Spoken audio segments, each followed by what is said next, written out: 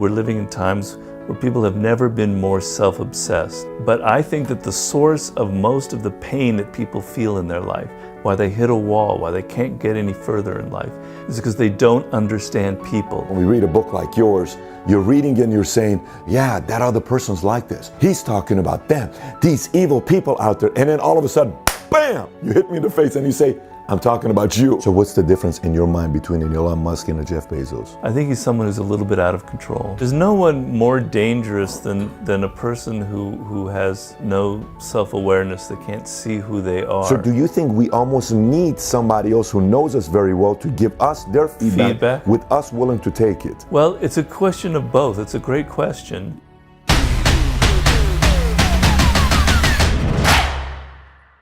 So today I'm sitting with a good friend of mine, Robert Greene. You've probably read some of his books. If you haven't heard of his books, 40 Laws of Power, Art of Seduction, Mastery, 50th Law, 33 Strategies of War, and now, the book he's been working on for years that we've been looking forward to. He sent me a copy in advance. I didn't just read it. If you look at what this book looks like, I shredded this book.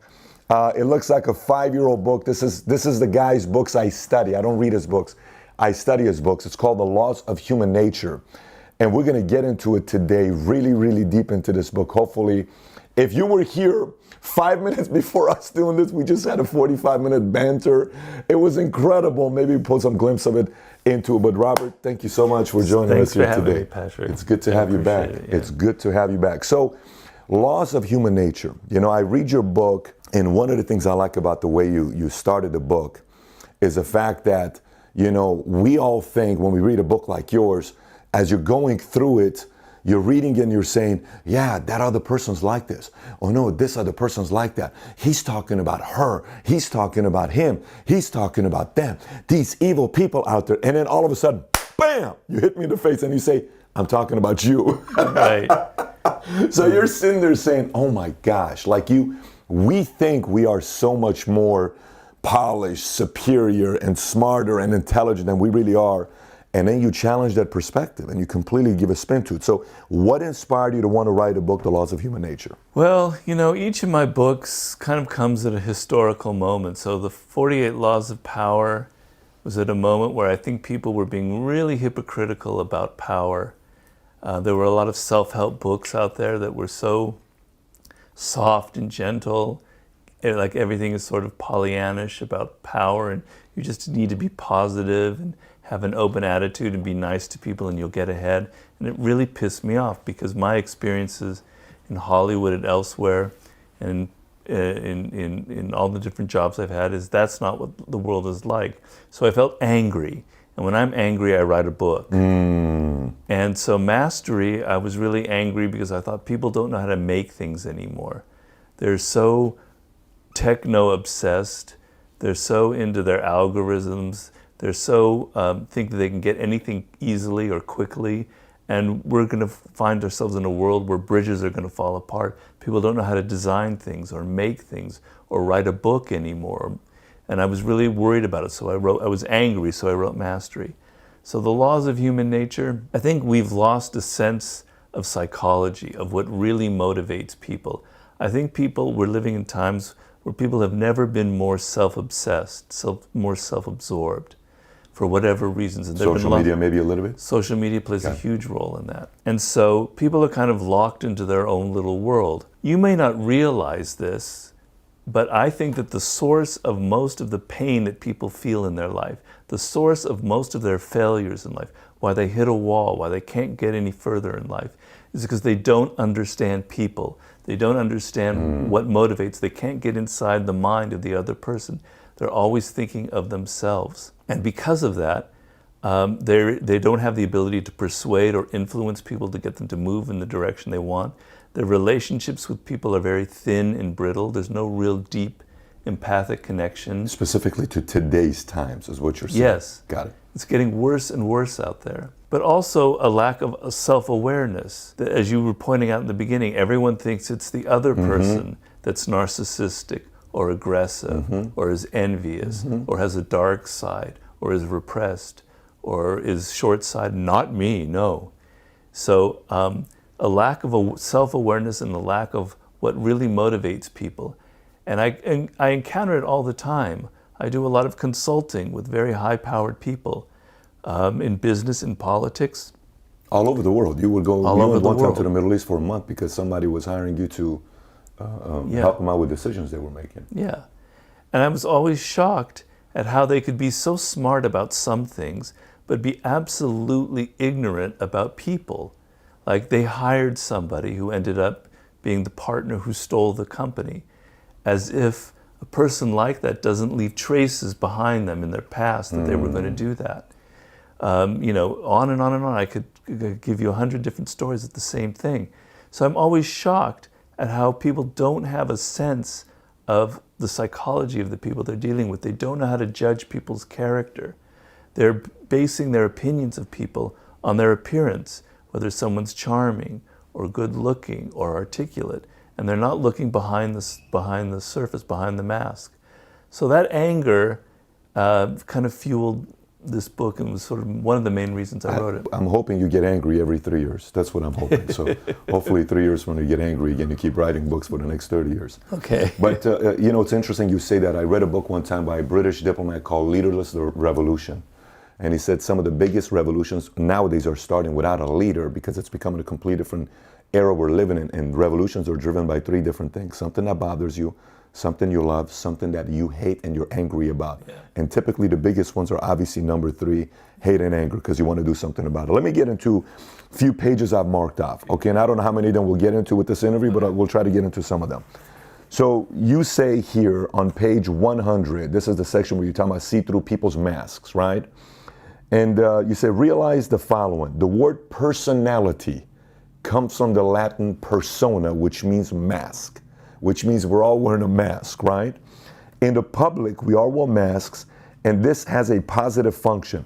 If we displayed exactly who we are and spoke our minds truthfully, we would offend almost everyone and reveal qualities that are best concealed. So does this mean that we're all living a life of, you know, lies, or does it mean that some of us actually those who are willing to surround yourself with people who are willing to tell you the truth and your sensitivity doesn't get into it, to find your blind spots, you're able to advance? What does it mean to you when you write something like this? Well, I'm basically challenging this idea, this notion that people have that acting in life, in being social, and in wearing that mask is a bad thing, as if we need to be more authentic and be just who we are. And I think that's completely bogus. I think humans are actors.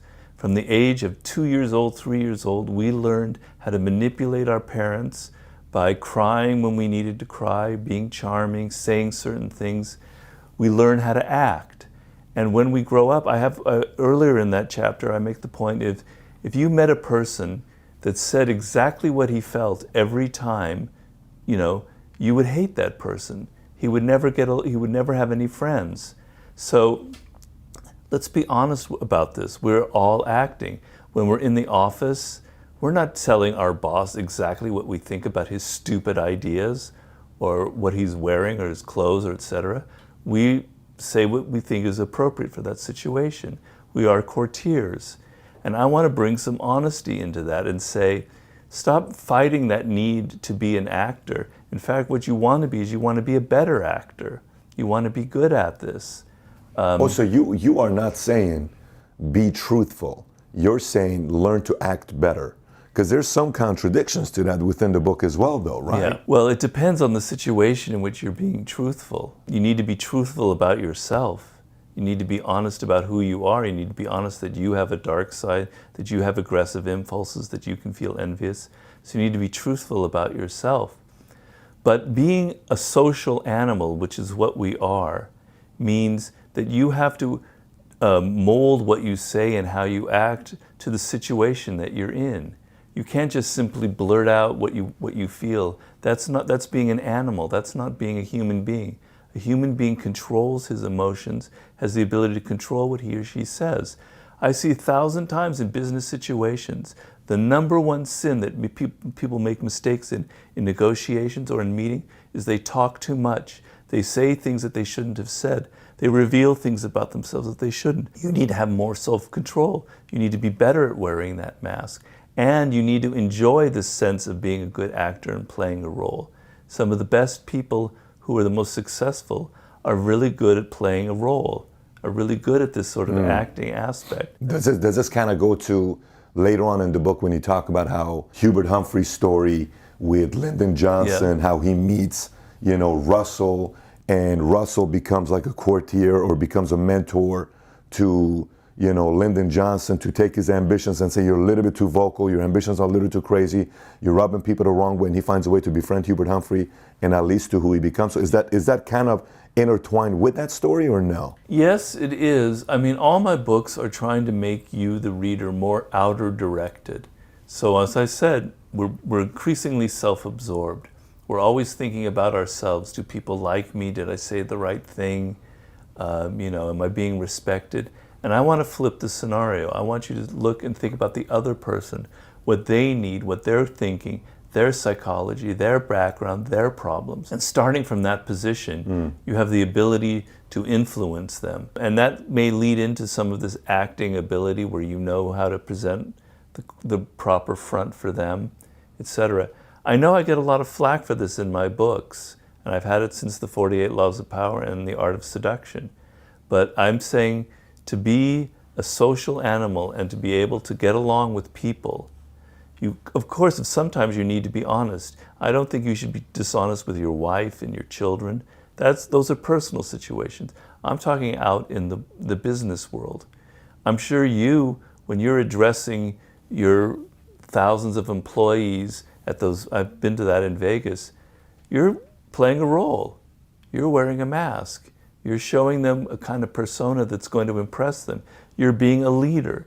Being a leader means being assertive, being strong, talking in a certain tone of voice, carrying yourself in a certain way. You're an actor. And the better you are in front of a crowd in doing that, the more people will think of you as a person of authority, right? It's a different perspective of thinking about it. Now, do you think there's partly some people who struggle with that, or maybe they don't struggle with that we need to improve in that? Because in the book you talk about how one woman can meet a man, and a man can open up and say, let me tell you about the way I was raised, my relationship with my mother, and he starts crying. And one woman can say, wow, what an emotional guy. I love this guy. Sensitive. Man, his heart, I felt him. And another woman can say, what a pansy. You are so weak, right? Do you think the struggle is to try to get everybody to like us that becomes the issue, where eventually we don't end up becoming who we really can become? Or are you actually saying that one has to learn how to wear a different mask to deal with the person that wants the sensitive side or this side? Because that can become a very complicated life, because you become bipolar, having to become so many different personalities. So I'm really curious to know if we can dig a little deeper on what you're saying here. Well, I'm saying... You know what I'm asking, right? I think I do, but I'm saying you need to be aware of the person that you're dealing with. Now, some people are truly toxic, and we've all encountered them in our life. They're no good. They can ruin your life. They're aggressive, they're selfish, whatever it is. And my book is full of stories of those types. Now, when you're with them, you need to be able to suss them out. You need to be able to see the signs that you're dealing with a toxic person. So I'm telling you to be aware in the moment that every person you deal with in life is different, is an individual. You, Patrick, have a background that's unique, right? You've explained some of that to me. The more I know about your unique background, about what makes you who you are, the better I'm able to deal with you. It doesn't mean I have to become a fake person with Patrick. It just means that when I know that you have these particular sensitivities and these particular values, I have to be aware of that, and I have to not offend you, or do things that are going to turn you against me. So it's not like you have to make everybody like you, but you have to understand every person that you deal with and what makes them tick and what makes them an individual. Sometimes you do have to alter yourself and how you talk to a person depending on who they are. And you're not bipolar. This is where the argument gets sidelined and is not right. When you are in your daily life and you meet Jordan Peterson, for instance, you talk to him a certain way. And when you meet somebody else who maybe you don't respect as much, You suddenly become another person. I'm saying you're not aware of how deeply you are acting in your everyday I agree with interactions. that. I agree with that. You're always shifting your persona Yeah. depending on who you meet. You'll notice in your own life, there'll be people you meet who make you kind of aggressive. You'll be very aggressive and assertive in them. And other people you meet who will make you very intimidated, and you'll be the exact opposite. You change depending on the people that you're with. That's sort of natural, that's how we are. But you're not aware of that. You're not aware of how much you are actually. Are you saying to be in the equilibrium the most wins? Like regardless of who you're sitting with, or still have to make some adjustments no matter who I'm sitting with? Yeah, that's what you brought up, the Lyndon Johnson story. The Yes. brilliance of Lyndon Johnson as a communicator was that he tailored his message to every different person that he met. He wasn't the same with Hubert Humphrey as he was to Dick Russell, as he was to John F. Kennedy. He was a master at always sort of shifting depending on the vulnerabilities and the values of the person he was dealing with. So you need to deal with people as individuals. People are complex. We like to simplify them. Some more than others. Some more than others, but Yeah. everyone is more Yes. complex than you think. Yes. And we like to simplify them. So when we're dealing with someone, we think we have a snap judgment about them, that they're like this or that. Yeah. But they're more complicated than you think. And so the more you can figure out what makes them different, what makes them an individual, the better your chances of having the ability to influence them. Influence is an important part of this book, and some people might think that that's kind of something evil, that I'm being very Machiavellian. But as I've made the point from the 48 Laws of Power, there's no worse feeling in life than the fact that you can have no influence over the people around you, that you can't influence your children or your spouse or your boss or your colleagues. We all want the ability to persuade people, to be able to move them in some direction. So there's nothing evil about that, in my opinion. No, I'm with you there. So, by the way, Lyndon Johnson seems to be a guy you like to write a lot about, because you've written about him before. It's true. With how he went on a run and he ran for office, and how the day after he got elected, the next day he was hospitalized from exhaustion because he worked so hard. I think you talked about that in War. In 33 Strategies, War, chapter 4, I think. It's maybe chapter 4 or 5. It's one of the first few chapters that you said, throw everything at one, go. Death ground strategy. Death ground chapter strategy, 4. which is the sickest strategy. Out of all of them, that's my favorite strategy that you have. I agree with that strategy. But do you think sometimes a person being way too ambitious, because Lyndon knew from day one he wanted to be a president. Yeah. It wasn't like it was a unknown thing. Like everybody knew he wanted to be president. Do you think Russell sitting down with him and him finally being able to trust somebody to say, listen, I don't have a bigger motivation than you. I'm not trying to be a president. I can help you get to the next level. Do you think the moment he felt like Russell's coming from a standpoint of really wanting to give him some direction and help him out, he put his guards down and say, let me just speak to this guy and allow him to counsel me a little bit? You think him learning how to tame his ambitions in a way that allowed other people to want to counsel him helped him eventually become a president? Some of the most aggressive, powerful people in history had incredibly high levels of ambition, and they had to learn to control that on their rise to the top. That's how people become successful, is by their ability to channel their energy. So you have to be aware that the game is social, that the winners in life have a wider base of operation. They have more supporters, they have more allies than other people. You're not going to get very far in life if you're alienating everyone around you, right? You have to learn self-control. I mean, all my books are about learning how to control yourself.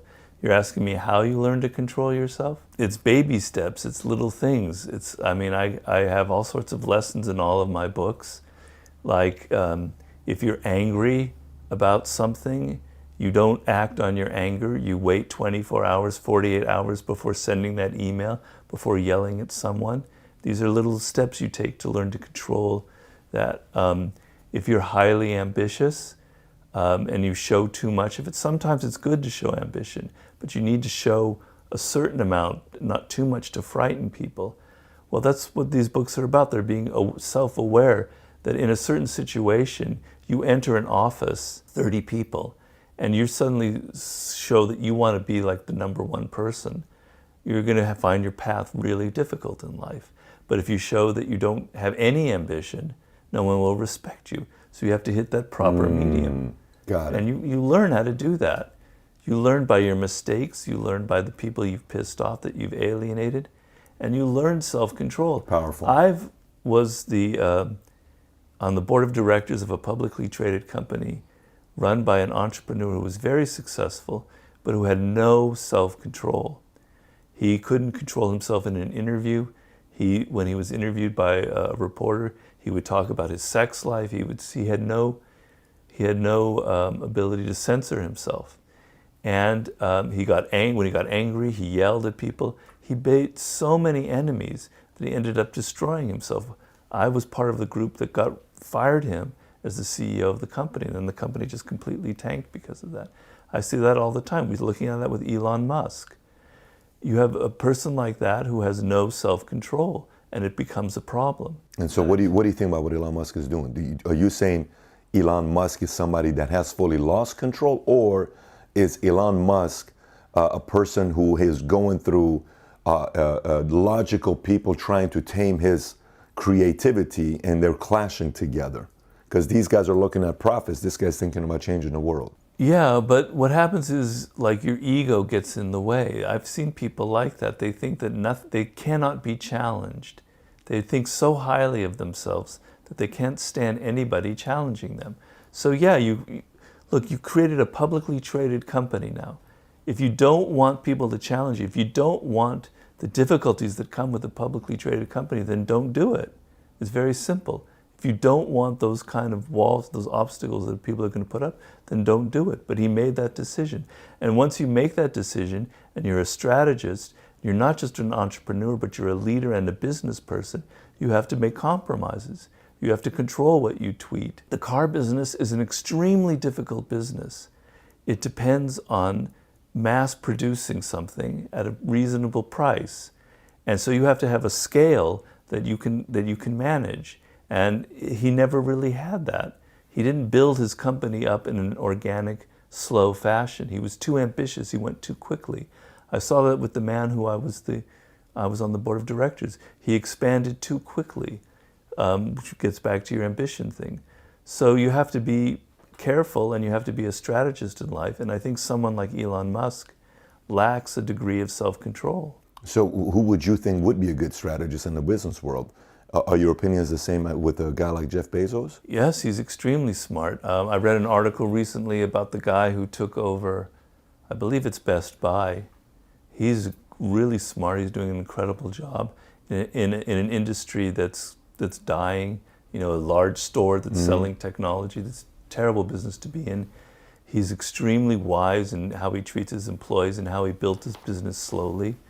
I think Reed Hastings is a great example. He's made some mistakes, but I think he's quite a smart strategist. So what do you think about Bezos? Do you think Bezos is a great strategist? Yeah, he's almost too great a strategist. What does that mean? Well, that means I'm not necessarily in favor of monopolies like that. I think there's some dangers to it. He understood that you can go 5-10 years without making any money, without any profit. But as long as you expand the brand and you get people addicted to what you can give them, then he thought long term. He was a visionary. He thought in terms of 10, 15 years. And if I have any fault with business leaders, is they don't have that ability to look past the quarterly report. He was willing to lose a lot of money knowing that he was building something extremely powerful. He's a great strategist. So what's the difference in your mind between an Elon Musk and a Jeff Bezos? Elon Musk is more of a visionary, but he's not a practical person. He's not an ABC type person. He's not able to, I think, build something that's sustainable. We'll see. But I think he was too much in a hurry. And he believed too much in his own myth. And he thinks that anything he touches is going to be brilliant and great. He doesn't know his own limits. Bezos would make mistakes, and he would kind of learn from his mistakes. He's a humbler person in a way, although he probably has a pretty big ego by now. Elon Musk doesn't seem like somebody who's learning from his mistakes. I don't know, I could be wrong, but I think he's someone who's a little bit out of control. Why don't we lead into the different toxic types? If you don't mind, I want to read this part here. This chapter is determine the strength of people's characters. So you talk about the toxic characters, and then you go into a strong character. I kind of want to highlight that as well. But prior to doing that, I want to read this part to you on what you say in the book. You say the weak character begins from the opposite side. They are easily overwhelmed by circumstances, making them hard to rely on. They are slippery and evasive. Worst of all, they cannot be taught because learning from others implies criticism.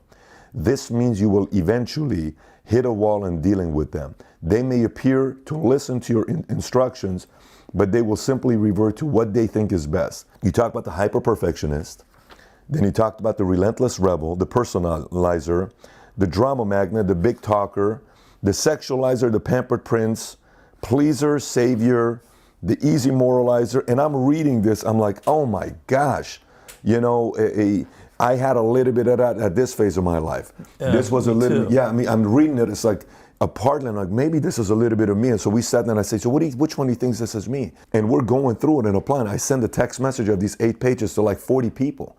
And I wanted them to read and said, what is your takeaway from this? And I saw some people's response. Some people would say, no. I sent it to 40 people and I just said, what do you think about these 8 pages? And some people's response was, well, it makes me know how to deal with a few people in my life, right? And then some people's response was, I don't see any of it as me, okay? I'm like, okay, no problem. And then some people were like, wow, I can see some of my flaws. And it was so interesting on how people read some of these pages. So toxic types.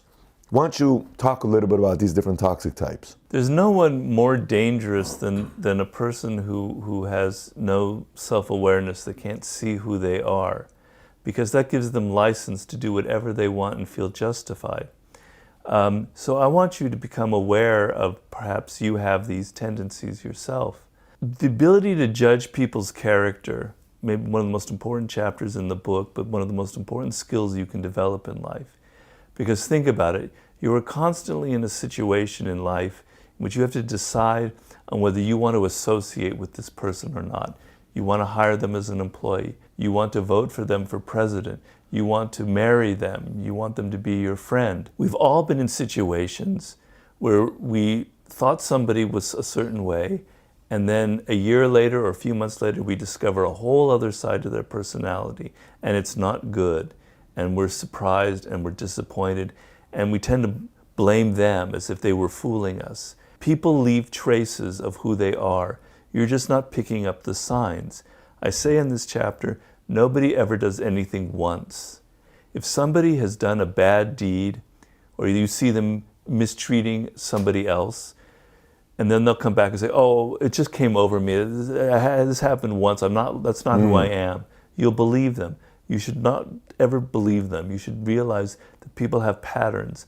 When they do something bad, they probably have done it before and will do it again. So these are types of people who have certain patterns, and I want you to be able to pick them up. And we're making the distinction between strong and weak characters.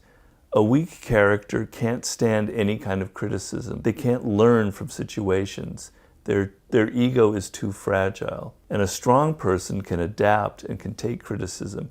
Let's say you sent that out to 40 employees, and I thought what you said was you wanted them to assess you as a leader through the prism of those. No, I did that with the people I work with on a daily basis. Like I did that with Mario, I did that with my wife, I did that with people, and I said, which one do you think is me? That's a sign of a strong character, and that's a sign of someone who is a good leader. I have a quote in there from Schopenhauer that fools do not show up wearing a cap and bells, and evil, destructive people don't have horns on their head.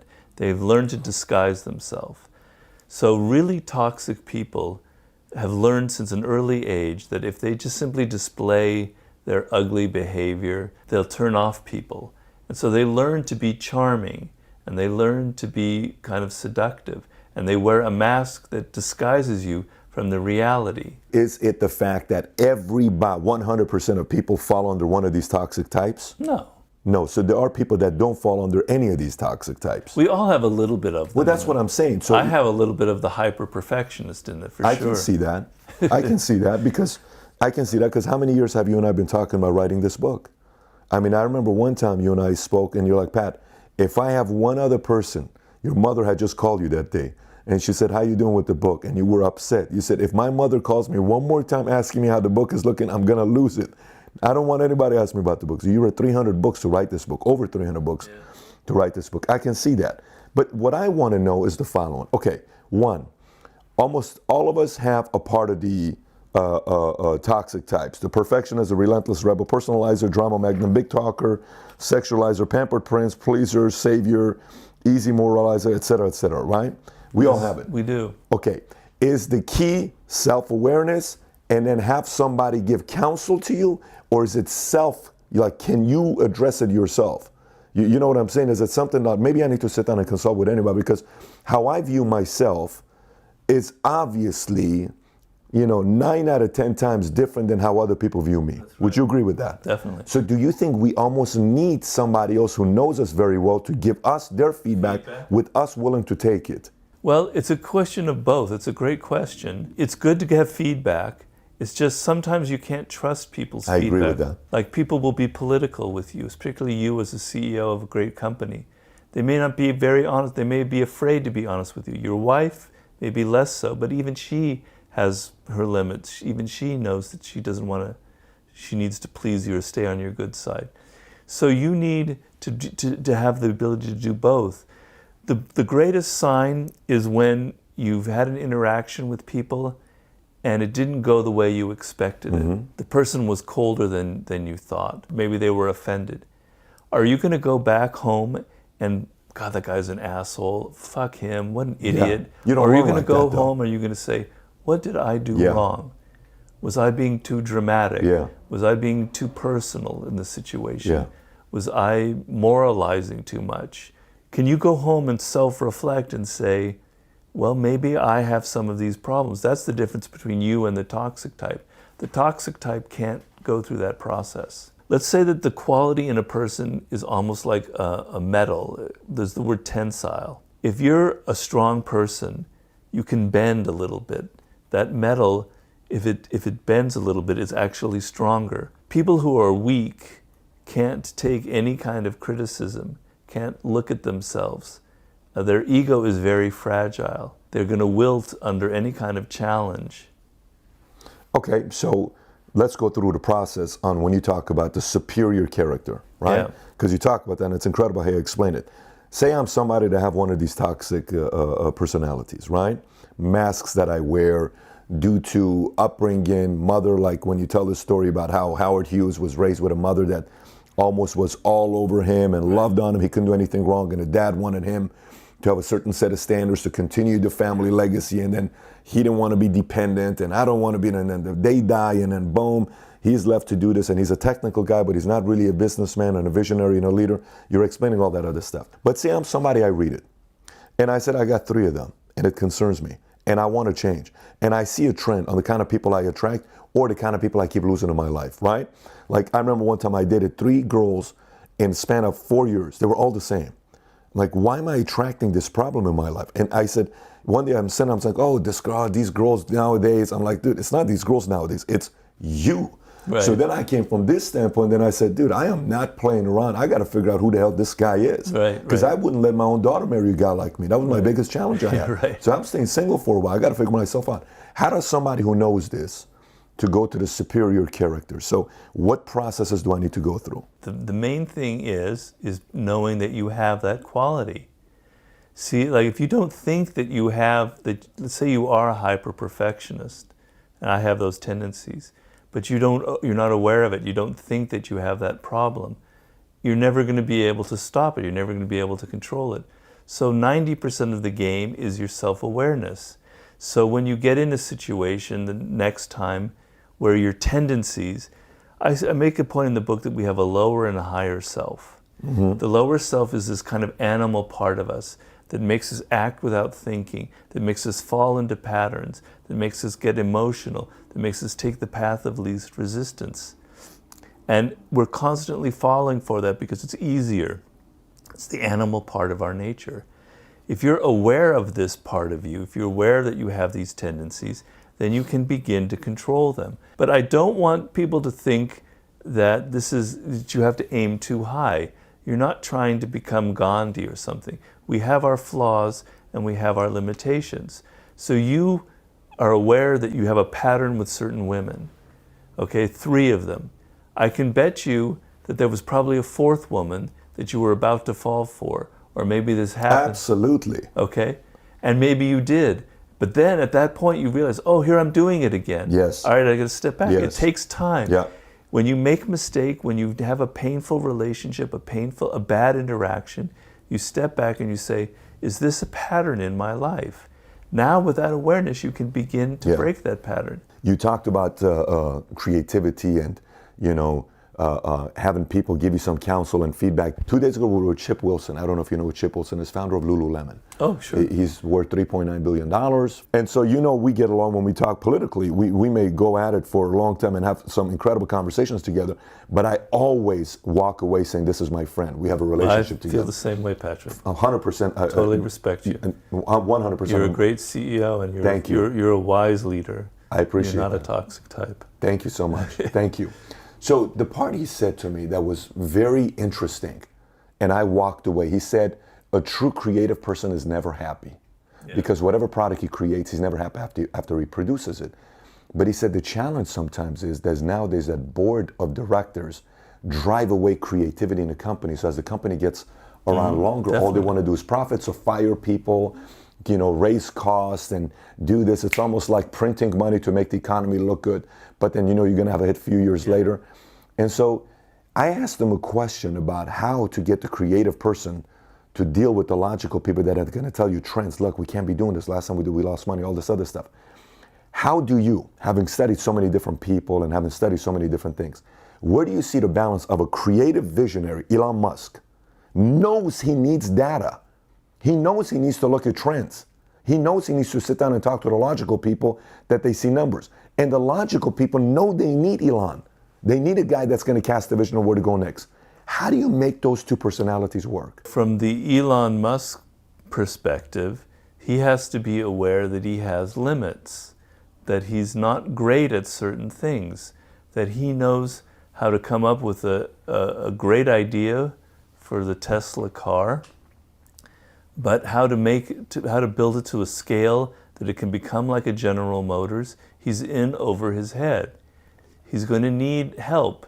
He decided to become a publicly traded company so he could raise money on a different level than if he were private. So you need to realize that you're dependent on other people, all right? So if you're Elon Musk and you're just gone public, you're aware that you have your limits, you're aware that you can be a bit egocentric. All right, who am I going to bring onto the board? That's a key decision. Am I going to bring on a bunch of yes men who are just going to kowtow to everything I say, which I think he started off with a board like that? Or am I going to bring people on who are just numbers people who are going to make my life miserable, who are only about a quarterly report and for boosting the price on Wall Street?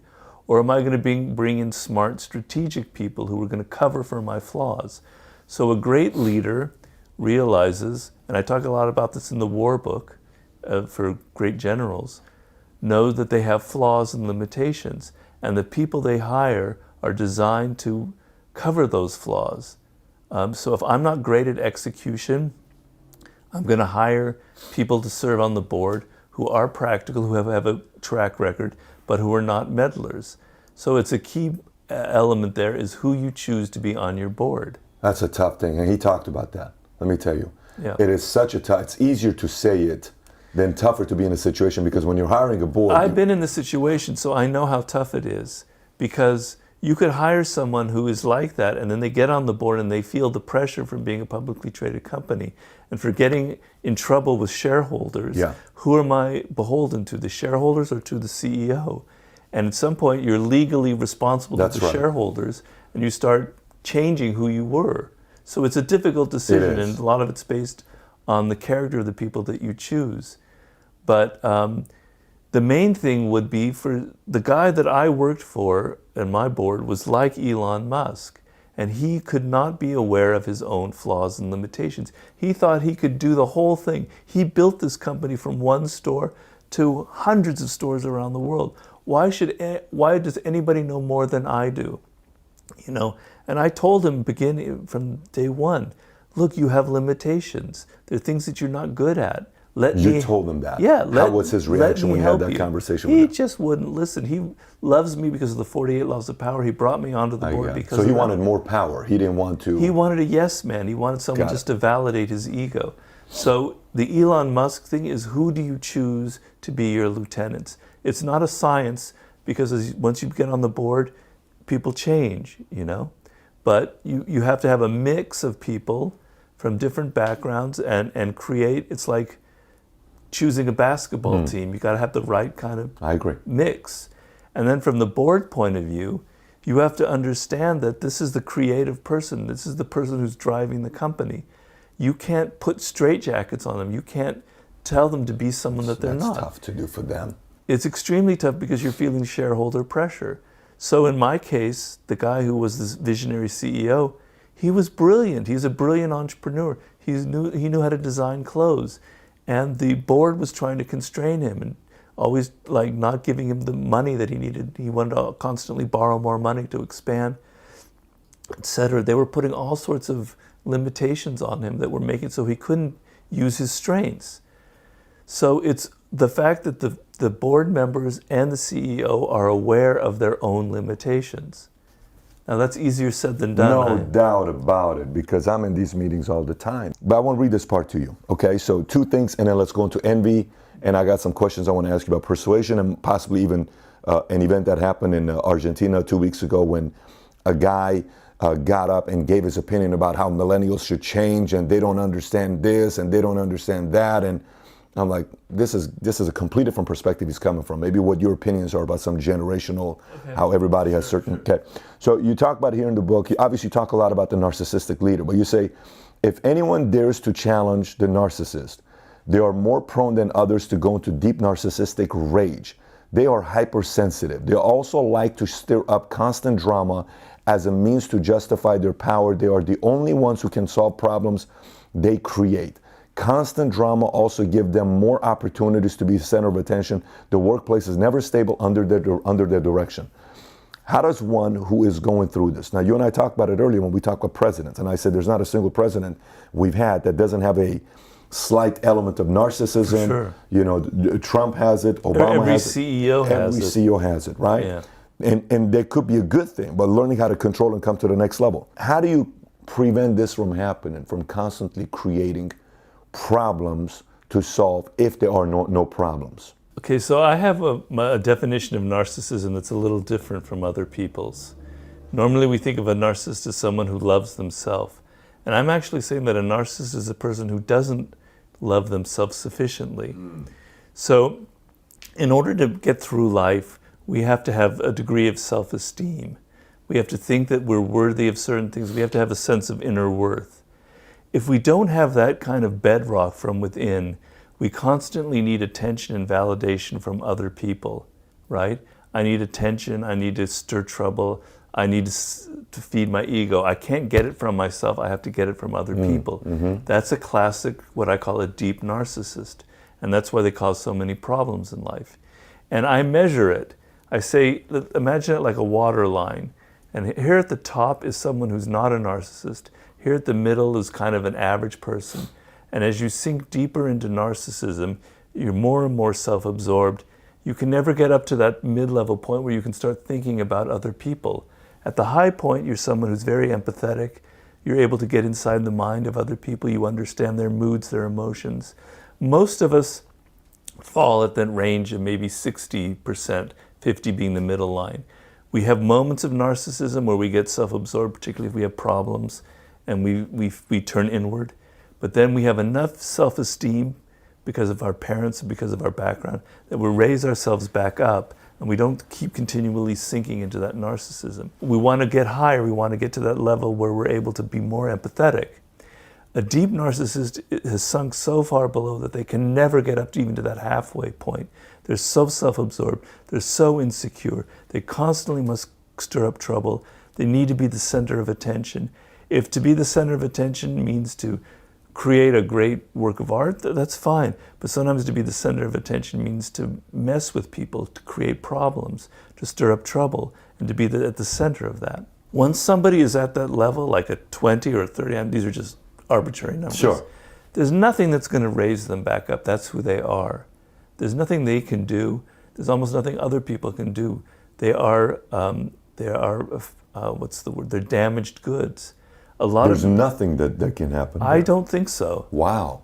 Those are some strong words right there. Well, I have a story, actually a story that got cut from the book. If you got my bonus material, if you pre-order The Laws of Human Nature, you get some bonus material. There's a story I cut that I give you about Robert Oppenheimer, the physicist, who was a deep narcissist who managed to kind of cure himself. And the way he cured himself was through work. Instead of absorbing himself in getting attention, he put all of his energy into the Manhattan Project and into later becoming a great physicist, sort of a public figure. He turned against nuclear arms, etc. He sort of cured himself. You can perhaps cure yourself through your work, through getting out of this, getting your attention through what you achieve rather than through what you stir up from other people.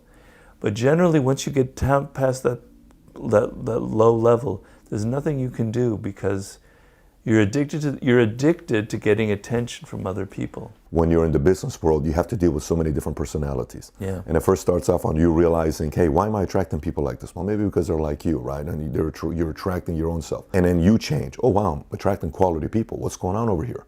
Well, there's a reflection that's taking place as well. And sometimes as I'm coaching, I'm sitting and going through these conversations, I think about some of the things I saw happening early on in my career. One of the things you wrote in this book, page 47, okay? You said moralizers, because sometimes we talk about narcissism, bipolar, and people say, this person, they're like this, they're narcissistic, they're this. Moralizers who try to separate themselves out and denounce the narcissist in the world today are often the biggest narcissist of them all. That's right. They love the sound of their voice as they point fingers and preach. We are all on the spectrum of self-absorption, creating a self that we can love in healthy development. There should be no stigma attached to it, right? This whole idea of I'm above narcissism. No. I can't believe somebody would be somebody like this. No. I think they are some of the biggest narcissists in the world. They are. In other words, if I write about aggression, or I write about envy, or I write about narcissism, every single human being that has ever lived is inside that circle. We all have that quality. And the worst type of people are those who say, oh no, it's not me. I'm not a narcissist. I'm not aggressive. I never feel envy. It's not possible.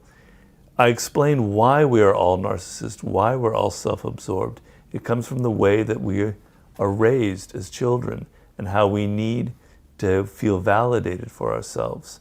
So the people who claim that they're not narcissistic are generally very dangerous. I've seen them manipulate and divide in ways that just makes no sense to me.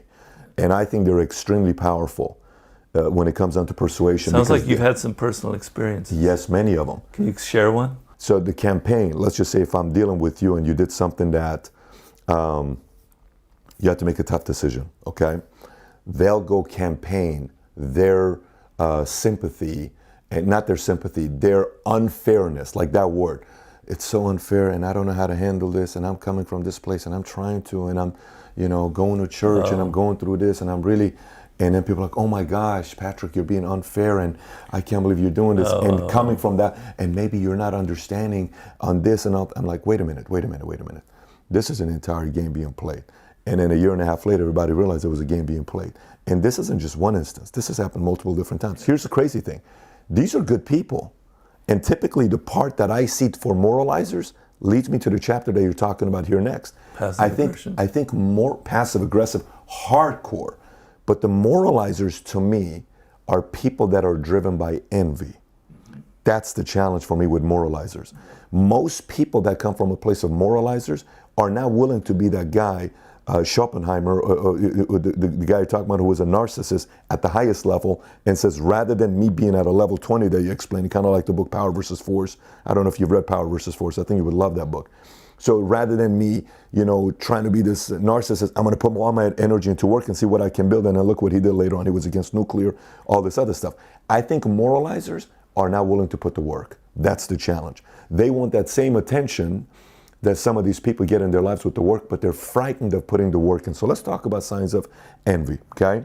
So again, I read this, and one of my favorite things you do in this book, it's like speaking to my father when I go up and I say, let me tell you what this person said, let me tell you what that person did, let me tell you what this person said, and my dad would come back and says, but you did this.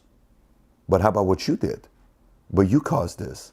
But what? And then I'm like, how could you say that I'm your son? But you did this.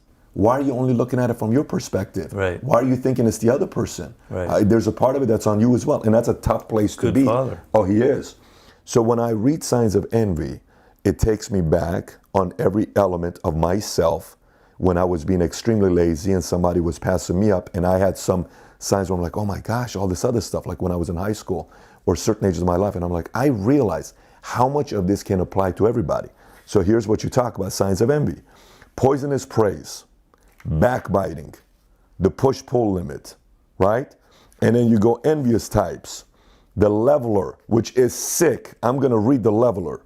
You say the leveler is the following.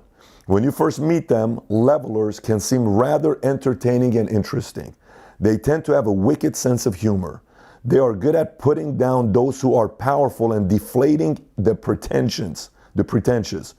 They also seem to have a keen nose for injustice and unfairness in the world. But where they differ from the people who are genuine empathy for underdogs is that levelers cannot recognize or appreciate excellence in almost anyone, particularly those who are alive. They have delicate egos. Those who have achieved things in life make them feel insecure. They are highly sensitive to feelings and inferiority. They envy, initially feel, when you explained levelers to me, it was like unbelievable. What prompted you want to write about this? That's one. Second, how does one watching this, who maybe secretly deals with envy, but they don't want to publicly talk about the fact they deal with it because it's one of the 7 deadly sins, envy, right? How does one handle that? How does one deal with that? Handle one's own envy or from other people? No. Forget about other people. So first let's address my own. Oh. I'm a moralizer, right? Yeah. I keep playing the card of, well, life is not all about this, my connection and it's this, and I'm trying to be such a moralizer type of human being, right? And these people are too ambitious and these people are too much about wanting all the attention, and I don't want a lot of attention. Well, most people who are like that, there's no advice I can give them. That's who they are. They're locked into that. There are certain people who I call envier types, who because of their childhood, they feel that they always deserve more. They're entitled to have more from people. They feel like they are privileged somehow. They're not willing to go out and do the work. They want other people to give more. Nothing's ever going to change them. It's best that you recognize them and stay away from such types. I saw you said that. They can be very destructive. In the end of that chapter, I have a section on how to use your own envy. So the first point is to recognize that you feel it, to not be in denial. This book is about how you tend to be in denial. Envy is one emotion that almost no one will ever admit to, because to admit to feeling envy is to admit that you feel inferior to another person. We don't like to do that. We want to feel superior. So no one will ever admit that they acted out of envy. You, Patrick, me, Robert, we have done things out of life out of envy. It's natural. It's human nature. Chimpanzees, they've done studies. Chimps and primates showed signs of envy. What does it come from? It comes from the fact that we're a social animal and we're constantly comparing ourselves to others. Does he have more than I do? Is he getting more respect than I'm getting? Is his car better than mine? Does he have more perks and privileges than I'm getting? How did he get into that university and I didn't? We're all doing it. Stop denying that it's happening. It's how the brain functions. Once you're aware that you actually feel envy and you're finally honest with yourself, then you can move beyond it. Instead of constantly feeling envy for someone who's powerful, turn that into something competitive. Instead of being angry and deciding to sabotage them, why don't you work on becoming better than them? Using the fact that you feel inferior to this person should impel you to excel, to become better than them. So you're saying let the feeling of envy make you competitive to want to outdo and outcompete and outwork and out-strategize. Because you're not going to get rid of envy. It's the silliest idea that you're going to somehow be Gandhi and you're not going to feel it. You're going to feel it, but turn it into something productive and positive for where you actually achieve something. Yeah. Instead of tearing people down and criticizing them and moralizing, build something and excel. Use it as a force to make you competitive. You always tend to compare yourself to people who are more powerful than you. Why don't you look down on the scale and look at people who are less powerful than you and compare yourself to them so that you can begin to appreciate what you have. Oh, he's got so much better parents than I do. I wish I had a mother like that. Well, look at your friend who had the worst kind of mother and feel appreciative of what you have. It wasn't that bad. So look at the other side and compare yourself to people who have it much worse than you. And also, instead of feeling, there's a thing called Schadenfreude, which is a form of envy, where if someone says that they've had a bad experience, it almost makes you feel happy inside. You get joy from other people's pain. If your friend doesn't get hired for a job, for a moment you feel almost kind of happy because... What did you say that's called? That's called Schadenfreude. Okay. It's German for joy in pain, feeling joy in other people's pain. It's a very big component of envy. You like to read about other people's failings. In social media, what is the most popular subject? Some powerful person who has a foible, who fell. Everyone loves it. They feed off it. It's a feeding frenzy. That's Schadenfreude. Well, you want to have the opposite. You want to develop what we call Mitfreude, which is if somebody has good news, you actually feel joy for them. You don't feel pain, that you don't feel envious. You actually share their joy. You open up your spirit. These are not easy, they're not natural. No way. Phil Hellmuth talked about that. Phil Hellmuth talked about how a Poker player. Phil Hellmuth talked about how a guy stole money from him. And he sat there and started thinking about positive thoughts about the guy. And eventually he ended up being able to have a relationship with this guy because he conditioned himself to start liking this guy rather than having resentment. It was the hardest thing he had to overcome. And then once he overcame that, then he ended up becoming the biggest bracelet winner. He's got 15 of them now. So that idea, what you're talking about, is easier said than done, extremely difficult But you brought up the right word, conditioning. You can Yes. condition yourself and you can train yourself to feel differently. So now let's talk about the other side. So one is how to handle my own envy that I have for others. How about when there's other people that are envious of my game and what I'm doing? How do I handle that? Because especially in a competitive world, when you come up, I mean, I'm sure a lot of authors are not happy about the fact that every time you put an ink on paper, you sell a New York Times bestseller. I'm sure a guy like you experienced that as well. I get tons of envy. So how do you handle it coming in as a person that's growing and doing bigger things in your life, from friends, family, peers, competitors? Well, first of all, you have to understand that that's what you're experiencing. You know, people will disguise their envy. They will criticize you. They will say, "Oh, Patrick, you cheated your way to the top," or "You did this, that, or the other. Your power, you got to where you are out of some unfair means," or "You don't really deserve your success." And you won't recognize that as envy. They may be more subtle with their criticisms. You'll think that they're just being critical of you, that they're trying to be honest. But in fact, they're feeling deep amount of envy. So the problem is recognizing when envy is occurring. Oftentimes you don't recognize that that's what's going on. You think that the people just don't like you or are criticizing you, as opposed to the fact that they are envious of your success. So half the game is to recognize that people are feeling this emotion and to not get dragged down onto their level. The other thing is to recognize the types of people who are toxic enviers. So everybody feels envy. So if your assistant or somebody, a colleague, has a bitchy comment to you that hurts you and that you feel comes from envy, it's probably best to just let it go by, to do the Phil Hellmuth strategy and to not take it personally and to recognize that envy is like poison ivy. It's out there, it exists, there's nothing you can do about it, everybody feels it, just accept it in some people. But then there are the toxic types who are going to ruin your life. They're going to become your partner or your friend in order to wound you. They feel envy and their strategy is they're going to become your assistant or your colleague or your business partner or your wife. That happens. And they're going to end up trying to sabotage you and ruin you. That's their strategy. So you have to recognize people who are prone to feeling a lot of envy. And I give you a kind of a code for give me a summary. Give me a bit because sometimes you have a blind spot, right? Love creates blind spots, right? Flattery creates blind spot. You know, all of these things create blind spots. So what do you look for? Okay, well, there's on a very simple level. I have a chapter on nonverbal communication, very big on that because we humans communicate a lot through our body language. Enviers will reveal themselves through what we call micro expressions. And I have a strategy in there that this philosopher advised.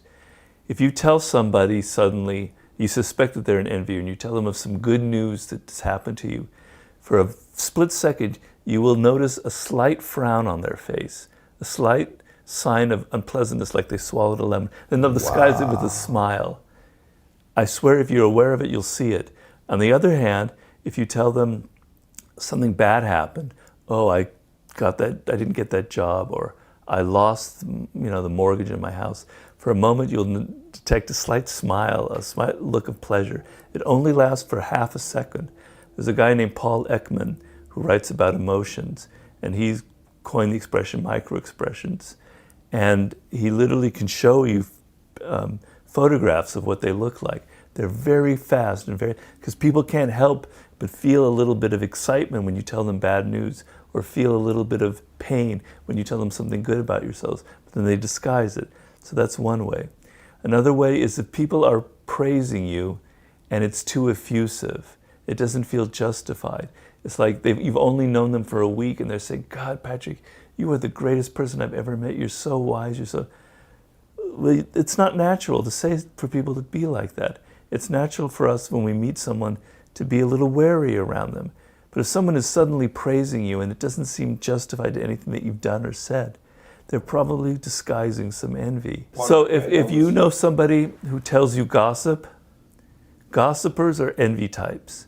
So they share with you some gossip about somebody else in the business, and it's okay, everybody gossips, but they do it a little too often, or it's a little too strong, a little too salacious.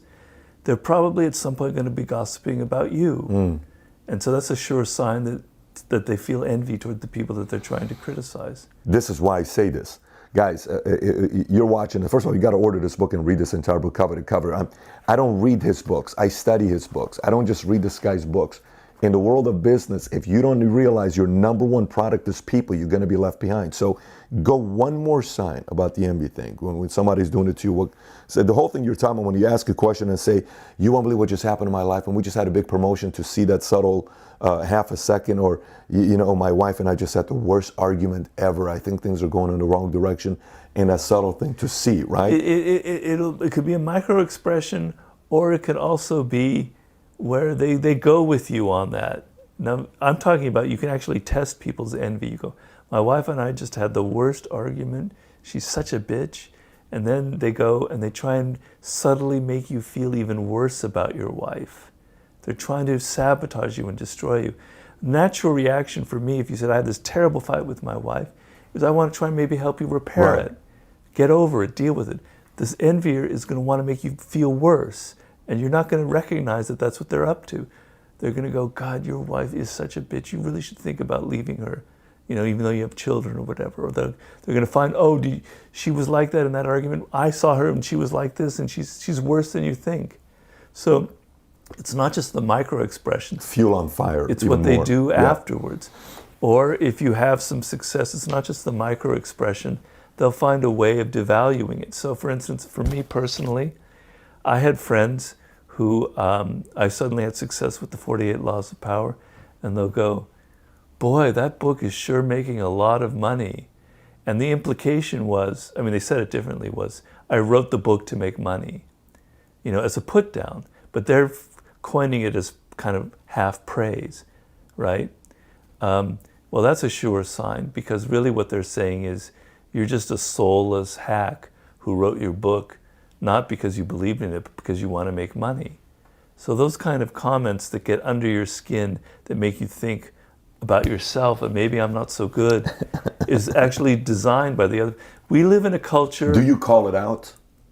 Do you call it out when that happens, or do you just kind of store it and say, got it, move on? 95% of the time I store it and move on. But sometimes I give them a comeback, where I put it back on them. And I sort of turn the tables. Because I don't see you just taking it all the time. Well, sometimes you can't help it. Take it. It's like a friend or somebody you don't want to offend, and there's no point in getting... But I have my subtle digs, my way of getting back at them. I don't take it all the time. So here's what I did. I had a person that we, a long time ago I worked with.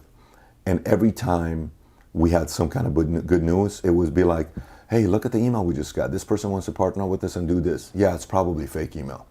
oh, look at this other person, they want to do this, they probably would never do anything like that with you. Sure sign of envy. Yeah, and then you know what I realized? I got together with a couple of my teammates and I said, listen, moving forward, no good news goes to this person. Yeah. No good news goes to this Yeah, person. yeah. Just keep it, we'll deal with it, and we'll move on. Because every time we share it, there's negativity that comes back and we don't know where it's coming from. It kind of adds up. Last thing here, you know, you and I, Robert, we can sit down, 2 hours feels like 5 minutes, and I don't even know time goes by, right? So a couple weeks ago, I'm in Argentina, and I'm at this insurance conference, and we're staying at this palace, and it's a nice place, Buenos Aires. We're being spoiled and having a good time, and all these CEOs of insurance companies are over there. And on one of the sessions, they start asking about working with millennials, and how do you get insurance agents, millennials to become insurance agents. So first of all, you have to realize life insurance is as boring as it gets. You know, for us, when we do what we do, it's not the most exciting industry, and it's been terrible because a lot of people don't know how to connect with the next generation. Sure, That's been the biggest challenge. The industry is an insane industry. More money is made in this industry and lives are changed because it's a great product. Today, insurance carriers are making products that a person can take advantage of while you're alive. So doctor tells you got terminal illness or chronic illness. You had $600,000 life insurance policy. Now they're giving you the $600,000 to enjoy while you're alive before you die. Things have innovated, but they don't know how to connect with the generations, right? Right. So you study generations and you see what happens. Boomers, Gen X, millennials, all these other things. What are you seeing happening with a certain spirit that's with these generations that we ought to pay attention to, you know, be able to know that next generation needs this so we can communicate with these guys? What do we do with that? People in a generation are going to think differently than you are thinking. It's a natural process. This goes back thousands of years. The oldest recorded bit of history on some tablets from Sumer, like 9,000 years ago, are these young people nowadays are so worthless. This is the worst generation. They're going to make our country fall apart. In other words, the present generation always thinks the previous generation is screwed up, not as smart, not as together, soft, whatever. Mm-hmm. And they think that the older generation is also problematic. Everyone thinks that their generation is superior. So you want to be aware of the fact that if you're dealing with millennials, they're not inferior, they're not superior, they're just of a different generation. It's like an animal that evolved in a different way. And so you want to be aware of what makes their life different and where their values come from. If you're a Gen Xer, you valued more than anything individualism. You grew up in that period where your parents were from the 60s generation, and they tended to not be the best parents, and they often left you alone. Now yours might have been different, but that was the culture that we lived in. So people in the Gen X generation, and this has been proven by studies, tended to be much value individualism and self-reliance. Millennials are not like that at all. They grew up in the period of 9/11 and the crash of 2008. They are very much more fearful about it. They don't necessarily believe that they control their own destiny. They think that there are a lot of forces out there that they can't control, particularly when it comes to like Wall Street and things like that. And so they're very wary, and they're not so appealing to them as an individual, as a kind of a Gen Xer, will fall on deaf ears. They're much more attuned to the social realm, to being around other people, to causes. Millennials are really big on causes. So you have to know their spirit and know that if you're going to try to appeal to them and sell life insurance, you're going to have to approach them from a totally different angle than you approach somebody who's a boomer or a Gen Xer. You have to adapt to their spirit and not feel superior to them. So I explain in the book how you kind of create a profile of that generation. There are also great books written about millennials so that you can get to understand them and get out of yourself and out of your way of thinking. They don't think the way that you and I think. When I grew up, the first thing I wanted to do was leave my parents' house when I was 18, get the hell out of the house and be on my own in college, have everything for myself. Millennials don't think that way. They like to stay at home. They're living in their house until they're 28, 30 years old. Sometimes they're afraid of independence. They don't want to own a car because it's going to bring them down. It's going to make them more dependent. They're afraid of that. That's not a moral judgment. And if I were a millennial, I would probably be the same way. It's just different. They have other positive traits besides that. They're more community oriented than a lot of people from my generation or Gen Xers. But you have to recognize what makes them different and not come at them from your moralizing perspective. It's so amazing you say that, because Chip Wilson 2 days ago said the following. He said, I said, your ideal customer, you are so specific on who it is. After researching this guy, it's a 32-year-old woman born on September 28th who owns a cat, isn't married, takes care of her health, but is thinking about getting married, but she doesn't have to. That's his ideal customer.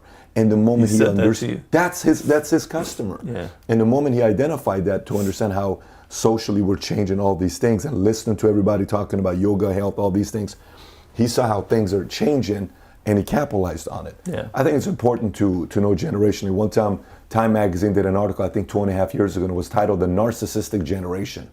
And it said, the millennials are this, is that, is this, 6 pages, of saying all this other stuff.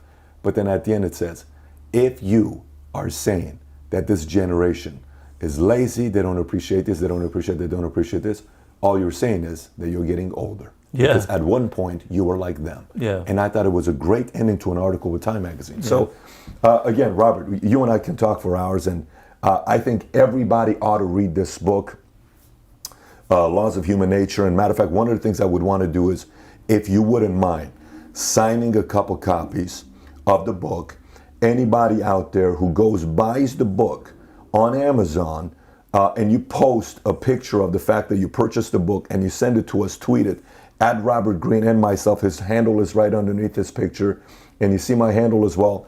We're going to send, how about 2 signed copies?